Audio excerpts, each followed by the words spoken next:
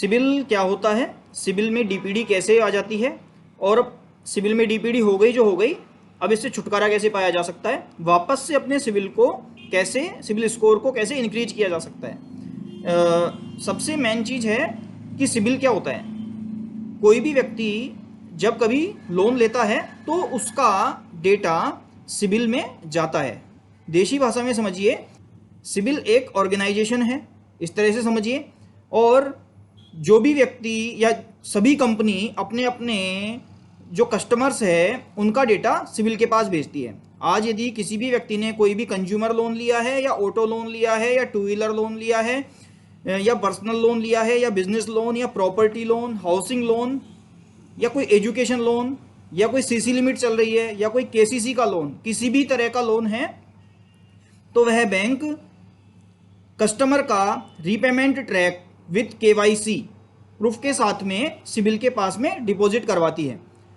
अब इसमें क्या होता है कि कोई भी कस्टमर होता है, उसकी केवाईसी आधार कार्ड, पैन कार्ड, उसकी वोटर आईडी, ये तो केवाईसी में आ जाते हैं, एंड उसका एड्रेस क्या है कस्टमर का, उसके मोबाइल नंबर क्या है, राइट। तो इन सब पूरे डेटा के साथ में, और कस्टमर ने किस डेट को कितने रुपए का लोन लिया है, कितने लाख का लिया है, कितने हजार का लिया है, जो भी उसकी इंक्वायरी है लोन की, ये पूरा का पूरा डेटा सिबिल के पास भेज देते हैं कि हमारे यहाँ से इस कस्टमर का यह लोन चल रहा है और कस्टमर का रीपेमेंट ट्रैक सही है कि नहीं है। यदि कस्टमर टाइम पर ईएमआई पे कर रहा है तो सिबिल में 00 करके डीपीडी शो होती है, और यदि कस्टमर टाइम पर ईएमआई पे नहीं कर रहा है तो डे पास्ट ड्यू, मतलब कि डीपीडी को फुल फॉर्म में बोलते हैं डे पास्ट ड्यू देंगे।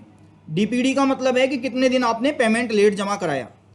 यदि टाइम पे पेमेंट जमा कराया तो डीपीडी आएगी 000, और यदि टाइम पर पेमेंट जमा नहीं कराया तो डीपीडी आएगी, यदि आपने 10 दिन लेट जमा कराया तो 10 दिन की डीपीडी, 30 दिन लेट जमा कराया तो 30 दिन की डीपीडी, 45 दिन लेट जमा कराया तो 45 दिन की डीपीडी, मतलब आपने 45 दिन लेट पेमेंट जमा कराया, राइट। अभी लेकिन क्या है कि किसी भी कस्टमर के सिबिल में, शॉर्टकट में समझिए, किसी भी कस्टमर के सिबिल में यदि डीपीडी आ गई, अब डीपीडी कोई भी कस्टमर नहीं चाहता कि उसके सिबिल में डीपीडी हो या वो लेट पेमेंट जमा कराए, उसका सिबिल स्कोर डाउन हो, ऐसा कोई नहीं चाहता। लेकिन किसी भी परिस्थितिवश यदि किसी कस्टमर के सिबिल में डीपीडी शो हो गई, अब इसका सॉल्यूशन क्या है कि वह अपने सिबिल स्कोर को वापस से सही कर सके, या वो डीपीडी किस तरह हट सकती हैं, इसके ऊपर हम आज बात कर रहे हैं कि डीपीडी कितने टाइम में हट जाती है, या हट भी सकती है कि नहीं हट सकती है, किस पोजीशन में है। अब आप ऐसे समझिए कि किसी कस्टमर ने 1 जनवरी 2020 को लोन ले लिया, राइट है, 5 साल के लिए। कितने साल के लिए? 5 साल के लिए 5 लाख रुपए का किसी कस्टमर ने लोन ले लिया, और कस्टमर के सिबिल के अंदर सन 2021 के अंदर कोविड की वजह से डीपीडी आ गई, ठीक है। अब कस्टमर के सिबिल में डीपीडी शो हो रही है। अब ये डीपीडी सन 2021 में शो हो रही है, इसके बाद कस्टमर ने टाइम पे पेमेंट दिया 2022 में, 2023 में, अभी चल रही है सन 2024, नॉर्मल भाषा में समझिए। अब सन 2024 चल रही है और कस्टमर ने सन 2021 के अंदर पेमेंट लेट जमा कराया था, तो मैंने बताया कि सिबिल में 3 साल का डेटा रहता है। जैसे जैसे टाइम निकलता जाएगा सिबिल में से डीपीडी हटती जाएगी। किस तरह से हटती जाएगी कि अभी सन 2024 चल रहा है, और जैसे जैसे सन 2024 का एक एक महीना आगे बढ़ेगा और सन 2025 आएगी, तो अब 2025 से पिछले 3 साल देख लीजिए, सन 2024 का पूरा पूरा डेटा, सन 2023 का पूरा पूरा डेटा, एंड सन 2022 का पूरा पूरा डेटा। बस इतना ही सिबिल कवर करता है, 3 साल का डेटा। मोटा मोटी भाषा में समझिए कि 36 महीने का डेटा सिबिल के पास में रिकॉर्ड रहता है। इससे पुराना डेटा सिबिल शो नहीं करता। सिबिल में जो भी डेटा रहता है आपको शो होता है वो 36 महीने का होता है। यदि किसी कस्टमर का टेन्योर लंबा है, मतलब ज़्यादा समय के लिए लोन लिया है, और कस्टमर के बैक में कभी डीपीडी रह गई, तो वह डीपीडी धीरे धीरे सिबिल से गायब हो जाएगी जैसे जैसे रीपेमेंट ट्रैक आगे बढ़ता जाएगा। लेकिन कभी कभी डीपीडी रह जाती है सिबिल में। वह कैसे? कि कस्टमर ने लोन ही लिया था 3 साल का, और कस्टमर के रीपेमेंट ट्रैक में कहीं ना कहीं दिक्कत रह गई और कस्टमर के सिबिल में डीपीडी शो हो गई। समझ गए? कस्टमर ने लोन लिया और कस्टमर ने टाइम पर पेमेंट जमा नहीं कराया तो कस्टमर के सिबिल में डीपीडी शो हो गई। अब लेकिन यह जो डीपीडी है अब यह कस्टमर के सिबिल में रहेगी ही रहेगी, यह हट नहीं सकती। क्यों? क्योंकि उसका लोन का टेन्योर भी 3 साल ही था। यदि 3 साल से ज़्यादा का होता तो कस्टमर अपना रीपेमेंट ट्रैक सही रखता तो पुरानी डीपीडी तो वह पुरानी हो जाती से ऑटोमेटिक हट जाती। अब लेकिन हट भी नहीं सकती, डीपीडी हो गई। अब क्या सोल्यूशन है कि यदि कस्टमर का लोन चालू है आज की डेट में तो कस्टमर उस लोन को बंद करवाए एंड कोई भी छोटा मोटा लोन ले, कंज्यूमर लोन, और उसका रिपेमेंट टाइम पर करे। अभी क्या सॉल्यूशन है? और कोई सॉल्यूशन नहीं है। यदि डीपीडी आ गई तो जो भी लोन चल रहा है उसे बंद करवाए, सेटल नहीं करवाए। सेटल करवाना भी नेगेटिव पॉइंट है। जो भी लोन है उसे बंद करवाए और बंद करवा करके जीरो उसका करंट बैलेंस शो हो। समझ रहे हैं? जीरो करंट बैलेंस शो हो और अब नया कोई कंज्यूमर लोन या कोई छोटा मोटा लोन ले ले या कोई मोबाइल का लोन लेकर के उसका रीपेमेंट टाइम पर करे। इससे क्या होगा कि सिबिल में जो सिबिल स्कोर है वह धीरे धीरे सही होने लग जाएगा। यदि हमने अभी जो कंज्यूमर लोन लिया है इसकी ईएमआई टाइम पर पे करेंगे तो। एक सबसे बड़ा पॉइंट, अधिकतर लोगों का जो सिबिल बिगड़ता है या सिबिल में डीपीडी आती है उसके पीछे रीजन होता है क्रेडिट कार्ड।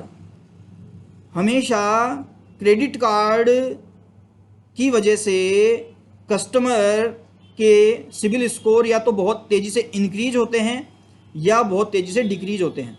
क्रेडिट कार्ड क्या है? क्रेडिट लिमिट है। अब क्रेडिट कार्ड को यदि कोई भी व्यक्ति यूज़ लेता है, ये अलग पॉइंट बता रहा हूँ बिल्कुल, क्योंकि क्रेडिट कार्ड अपने सिबिल को बहुत अच्छे से इम्प्रूव भी कर सकता है और बहुत तेज़ी से गिरा भी सकता है, सिबिल स्कोर को नीचे लो भी लेके आ सकता है। तो क्रेडिट कार्ड को कैसे यूज में लेना है कि क्रेडिट कार्ड, मान लीजिए किसी व्यक्ति ने 1 लाख रुपए का लिया और यदि उसने पूरा 1 लाख रुपए का जो क्रेडिट कार्ड की लिमिट है उसको यूज़ ले लिया तो इससे सिबिल को लगता है कि कस्टमर कहीं ना कहीं कर्जे में है, इसीलिए वो पूरा अमाउंट यूज़ ले रहा है। अब यदि आप इस 1 लाख रुपए की लिमिट को यूज़ ले रहे हैं और टाइम पे कर रहे हैं तो आपका सिबिल नॉर्मल रहेगा, ना ज़्यादा घटेगा ना ज़्यादा बढ़ेगा। लेकिन यदि आपने डीपीडी कर दी तो आपका सिबिल बहुत तेज़ी से कम होगा। समझ रहे हैं? तेज़ी से कम होगा। और यदि आपको क्रेडिट कार्ड को यूज लेते हुए सिबिल को इंक्रीज करना है, सिबिल स्कोर को, तो आप क्रेडिट कार्ड की अमाउंट जो भी है आपका उसका 30% से ज़्यादा अमाउंट यूज़ मत लीजिए कभी भी।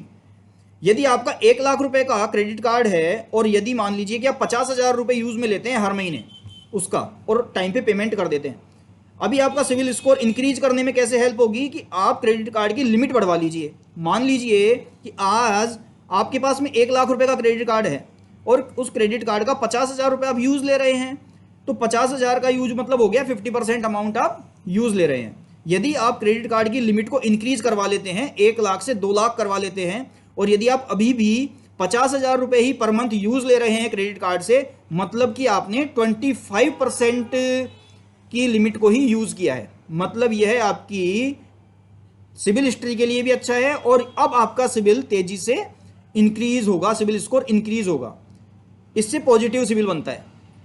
यदि आप पूरा का पूरा अमाउंट यूज़ ले रहे हैं तो इसका मतलब है कि आप कहीं ना कहीं लोन के अंदर ही घिरे रहते हैं, इसलिए आप उसको यूज़ ले रहे हैं। और यदि आप कम अमाउंट यूज़ लेते हैं तो सिबिल इसको पॉजिटिव वे में लेता है।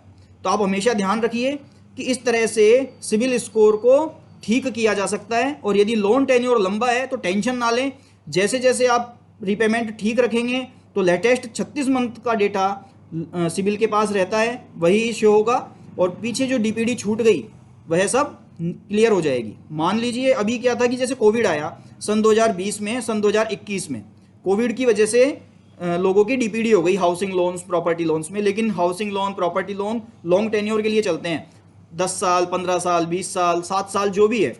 अभी जो कस्टमर टाइम पे रिपेमेंट कर रहे हैं उन कस्टमर के सिबिल से सन 2020-21 की डीपीडी निकल गई।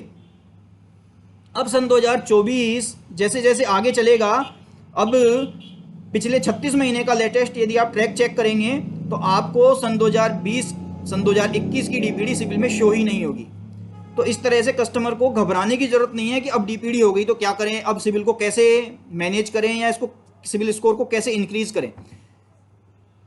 देखिए, यह सारे जो डेटा हैं ये सब इंसानों ने तैयार किए हैं, सारी मशीन इंसानों ने तैयार की है, सॉल्यूशन भी हमारे सबके पास है और हम इंडियन हैं, जुगाड़ सबके पास है। यूज़ लेने वाला चाहिए, समझ में आनी चाहिए कि मेरे को कोई भी फैसिलिटी है उसको यूज किस तरह से लेना है। जय हिंद, जय भारत।